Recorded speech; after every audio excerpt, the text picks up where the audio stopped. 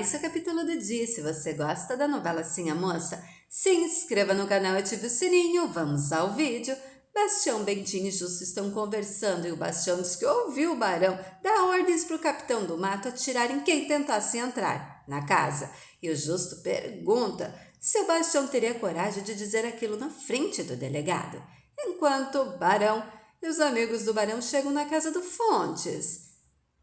Eu, Fontes, diz, não esperava ter que recebê-lo na minha casa tão cedo.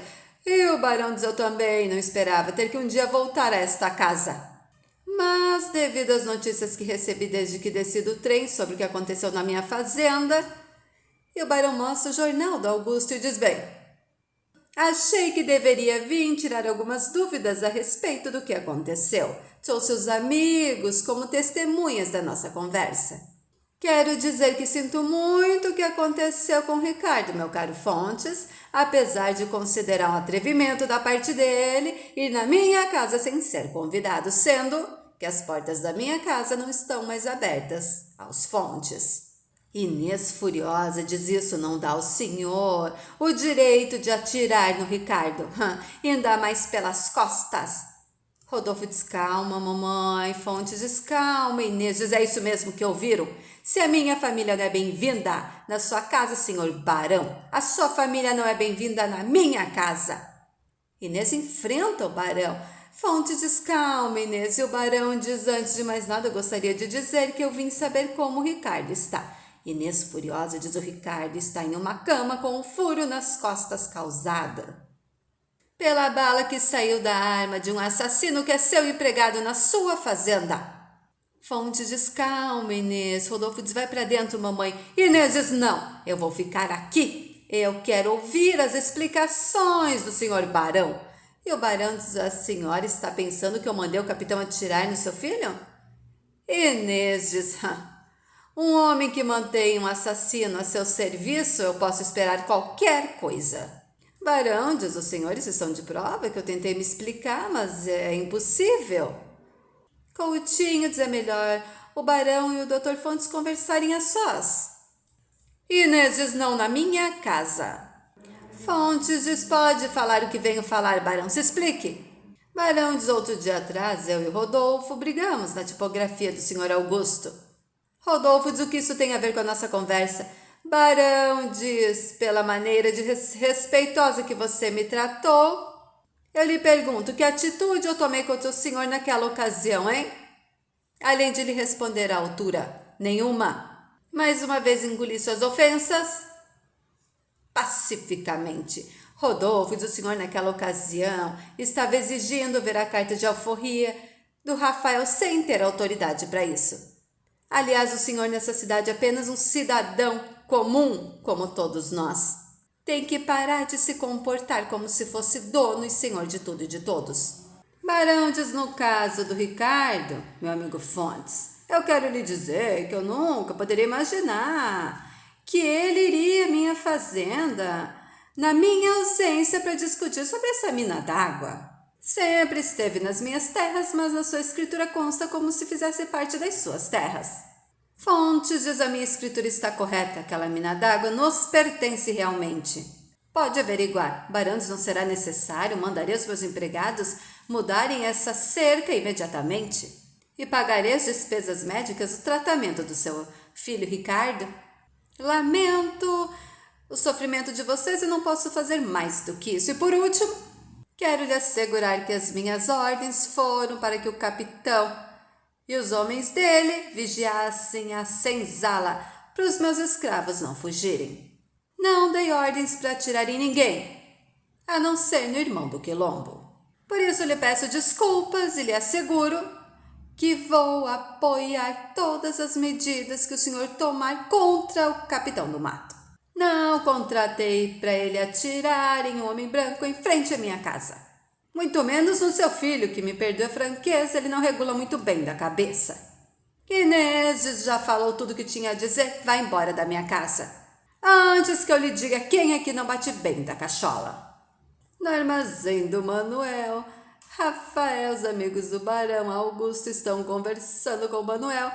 E o Coutinho diz que o barão pediu desculpas ao Fontes na frente de todos. Manuel, difícil acreditar o barão pedindo desculpas a alguém. Augusto rindo dizia ele estava com o meu jornal nas mãos. Everaldo, diz ele, leu o jornal assim que desceu do trem e correu na casa dos Fontes para esclarecer tudo. Mas antes passou na delegacia. Rafael diz o que ele disse, os amigos do barão dizem. Ele disse que não deu ordens ao capitão do mato atirar em ninguém. Rafael diz o capitão do mato. Os amigos do barão dizem que o barão também irá processar o capitão do mato. E Augusto diz...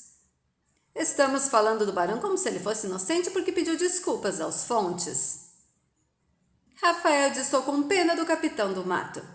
Todos ficam chocados. O Rafael diz, aquele infeliz não basta de um escravo alforriado. Terá que responder sozinho pelo que aconteceu, porque o barão nunca vai admitir que deu ordens para ele atirar em quem fosse entrar na casa. O barão será impune de novo. Deixará de pagar por um crime que cometeu. Ainda como mandante, mas cometeu. E o delegado vai falar com o capitão do mato e diz que o barão lavou as mãos, não vai fazer nada para ajudar o capitão do mato e que ainda quer que o capitão do mato apodreça atrás das grades. O capitão do mato sofre, chora e diz, não pode ser, o barão jurou que ia me tirar da cadeia. No armazém do Manuel, Rafael faz um lindo discurso sobre a liberdade. Coutinho fica incomodado. E o Rafael diz, o seu filho se casou com uma escrava, seu Coutinho. E Adelaide, a origem dela é de longe. E se ela fosse rainha em sua terra natal? Como o meu bisavô José, que era rei? O senhor, ao invés do ódio que sente por ela, não sentiria orgulho? Coutinho irritado, diz ela, é uma escrava. Rafael diz, essa escrava irá lhe dar um neto, senhor Coutinho. Um neto ou uma neta?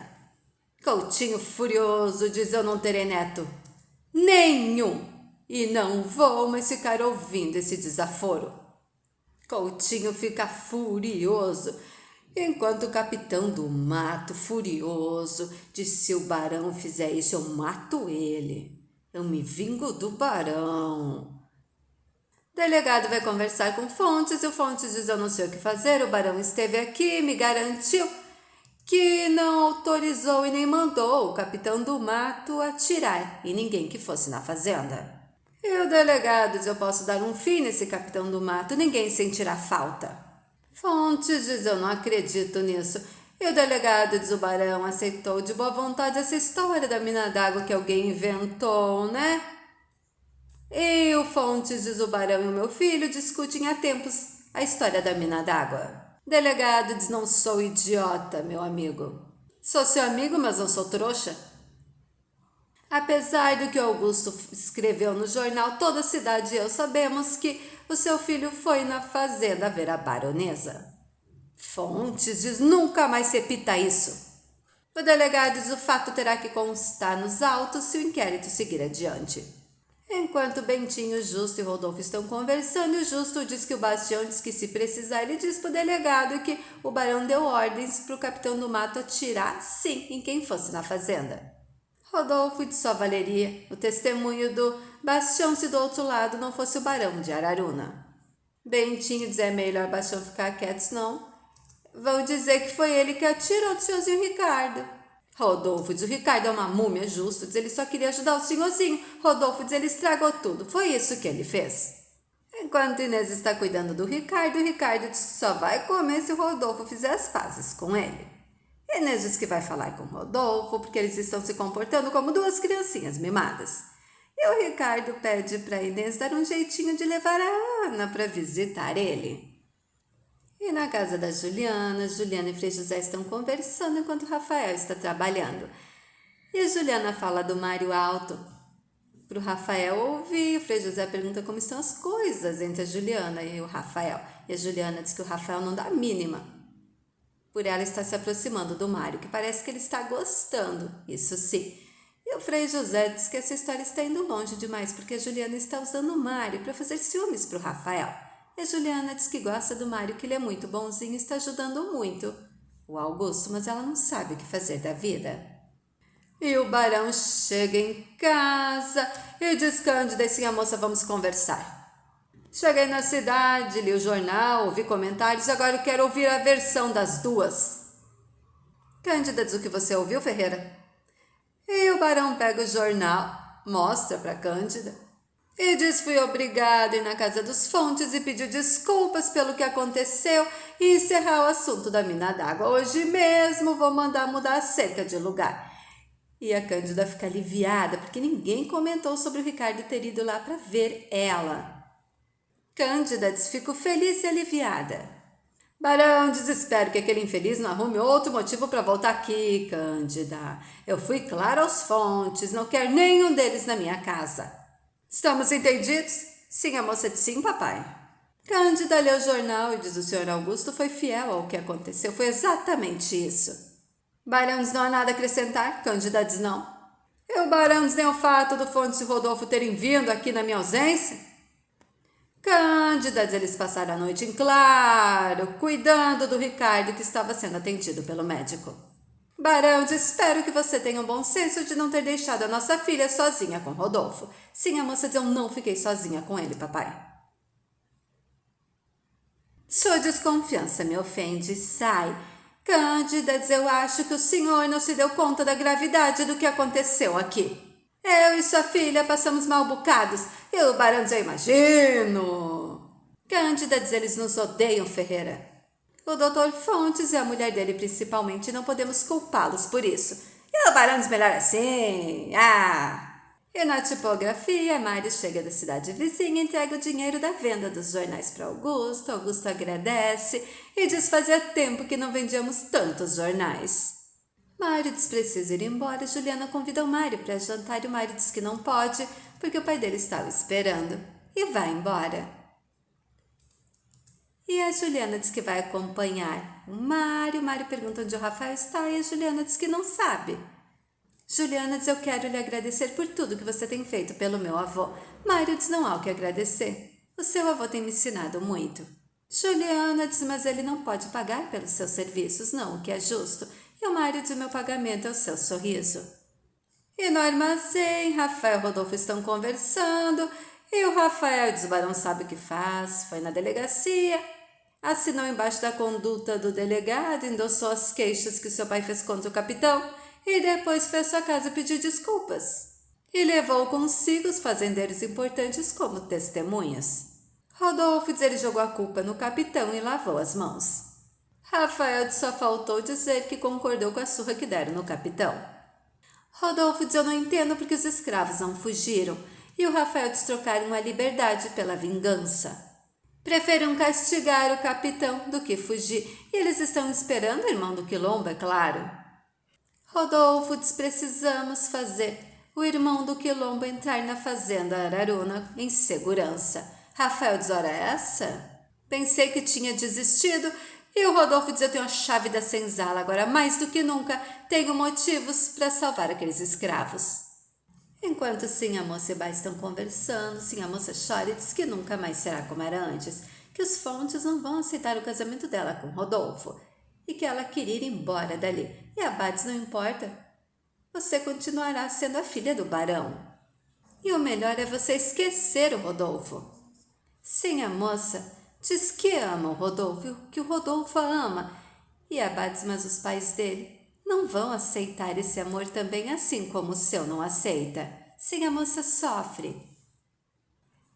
E na casa de José Coutinho diz para Adelaide que ele vai dar a volta por cima e que eles vão ficar bem de vida e que ele dará uma vida de princesa para Adelaide. Adelaide diz que não tem do que se queixar. E José Coutinho ensina Adelaide a falar corretamente. E o delegado vai conversar com o capitão do mato. O delegado diz para o capitão que ele será julgado. E o capitão diz: julgado? E o delegado disse: o amigo pensou que sairia impune daqui? E o capitão diz: o barão diz que ia me tirar daqui. E o delegado diz: esqueça as promessas do barão. Ele lavou as mãos nesse caso. Não duvido que ele até acabe testemunhando contra você. E o capitão do mato diz: se ele fizer isso, eu mato ele. E o delegado diz: daqui uns 20 anos você mata o barão. Que vai ser daqui 20 anos, provavelmente, que você sairá da prisão. Se você estiver vivo ainda antes que eu me esqueça, você irá responder contra tentativa de homicídio perante uma corte. Capitão do Mato fica furioso, jura vingança. E esse foi o capítulo do dia. O que vocês estão achando, hein? Escreva nos comentários. Muito obrigada e fiquem com Deus.